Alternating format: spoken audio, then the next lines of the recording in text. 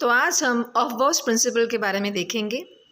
सबसे पहले हम ये देखेंगे कि ऑफबॉस प्रिंसिपल में ऑफबॉस का क्या मतलब है। So aufbau means building up. Here the building up of orbital means the filling of orbitals with electrons। मतलब कि ऑर्बिटल्स में इलेक्ट्रॉन्स को कैसे फिल करना है वो हम इस प्रिंसिपल में देखेंगे। Now what does the principle states? ये प्रिंसिपल क्या बोलता है?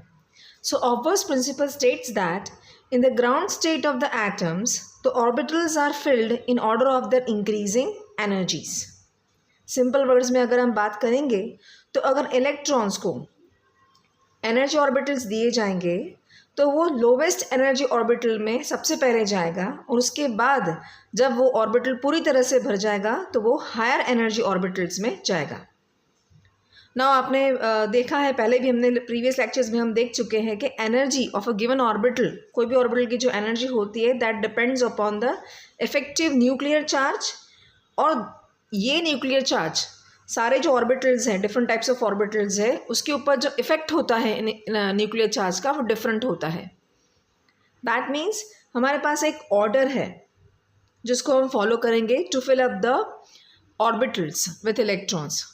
अब देखिए अलग अलग ऑर्बिटल्स के ये इफ़ेक्ट अलग अलग है, बट हम एक जनरल पर्टिकुलर ऑर्डर फॉलो करने वाले हैं और वो ऑर्डर हमने कैसे निकाला, ठीक है, और उसे याद कैसे रखना है वो मेथड भी हम देखेंगे।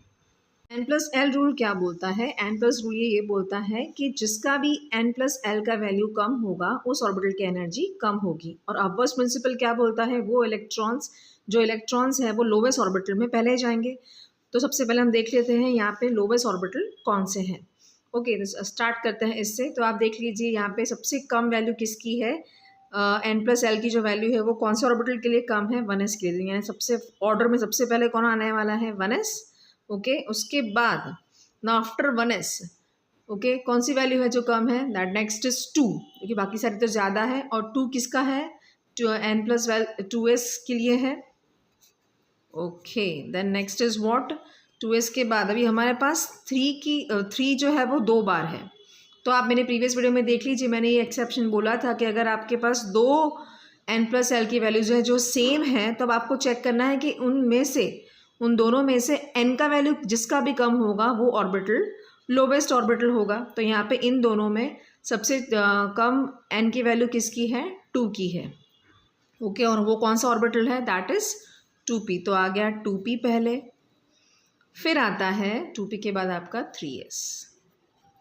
अच्छा, अब यहाँ पे ध्यान दीजिए, 4 का वैल्यू हमारे पास 2 बार है, एक यहाँ पे है और एक यहाँ पे है। ओके, सो इन दोनों में अगेन सेम थिंग, जिसका भी n का वैल्यू कम होगा वो लोवेस्ट ऑर्बिटल होगा। तो आप चेक करो n का वैल्यू कौन सा कम है, इस केस में क्या है, और वो कौन सा ऑर्बिटल है? 3p। तो अब कौन सा आने वाला है? यहाँ पे 3p आने वाला। उसके बाद आपको ये नहीं लेना है क्योंकि इसकी वैल्यू ज़्यादा है, आपको ये वैल्यू लेनी है, ठीक है। ये 4 लिया, अब आपको ये 4 लेना। वो कौन सा है? कौन सा ऑर्बिटल है? 4s है। ओके, ऑर्डर लिख दिया हमने, 4s।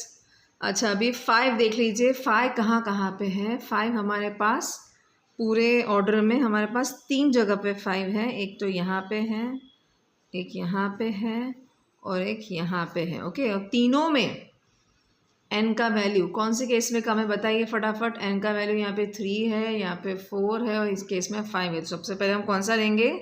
3d, ठीक है। उसके बाद कौन सा आएगा? 4p। उसके बाद कौन सा आएगा? 5s। अंडरस्टूड? अभी चलो नेक्स्ट 5 के बाद कौन सी वैल्यू आने वाली है? 6।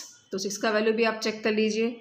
हमारे पास 6 का वैल्यू है यहाँ पे, एक तो यहाँ पे है और एक यहाँ पे है। तो इन तीनों केस में ऑर्डर में किस में कम है? इनका वैल्यू 4d में कम है, ठीक है। सबसे पहले हम क्या लिखने वाले हैं? 4d। फिर आएगा आपका नेक्स्ट 5p, देन नेक्स्ट उसके बाद कौन से केस में कम है? 6s। हम यहाँ तक रखते हैं फिलहाल। ये ऑर्डर आप आगे भी इस तरह से कैलकुलेट कर सकते हैं, ठीक है। इसी तरह से आपको कैलकुलेट करना है। ये आपका ऑर्डर है, जनरल ऑर्डर है जो आप सारे और इलेक्ट्रॉन्स को फिल करने के लिए यूज़ कर सकते हैं। हाँ, कुछ एक्सेप्शंस हैं, ठीक है, क्योंकि आपको पता है कि इफेक्टिव न्यूक्लियर चार्ज का जो इफेक्ट है अलग अलग ऑर्बिटल्स पे वो डिफरेंट है, बट जनरली ये ऑर्डर यूज़ किया जाता है, ठीक है।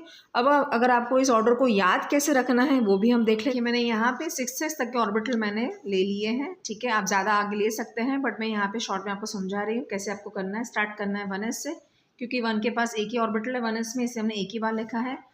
2s और 2p हमने 2 लिखे हैं, क्योंकि सेकेंड प्रिंसिपल क्वांटम नंबर 2 हमने 2 ऑर्बिटल्स को दिए गए हैं। सो s एंड p, इस तरह से 3s 3p 3d, then comes 4s 4p 4d 4f and as it is, okay, it goes on. ना कैसे आपको याद रखना है आगे वाला जो ऑर्डर, अगर आपको इजीली याद रखना है तो उसका एक ये वे है जो जिस तरह से आप इसको याद रख सकते हैं शॉर्ट में। तो देखो, इस तरह से आपको एरोस बनाने हैं डायगनली, ओके, लाइक दिस। सबसे पहले कौन सा आएगा? 1s, ओके, उसके बाद कौन सा आने वाला है? 2s। इस तरह से आपको ऑर्डर बनाना है। स्टार्ट करें यहाँ से 2p 3s, यानी पे सबसे पहले कौन आएगा? 1s, फिर 2s, फिर थर्ड एरो में हमने क्या लिया? 2p 3s। अच्छा, एक और एरो बनाएंगे, ओके, उसके बाद हम क्या रहे हैं यहाँ से लेंगे, देखो इस तरह से आपको एरोस बनाने हैं। तो अब क्या आएगा? 3p 4s, ओके, एक और बनाएंगे, उसके बाद आएगा 3d 4p 5s, ओके। इस तरह से आपको और याद रखना है, ठीक है। मैं यहाँ तक कवर कर रही हूँ, आपको इस तरह से सारे ऑर्बिटल्स याद रह जाएंगे, okay. For more videos please do like, share and subscribe.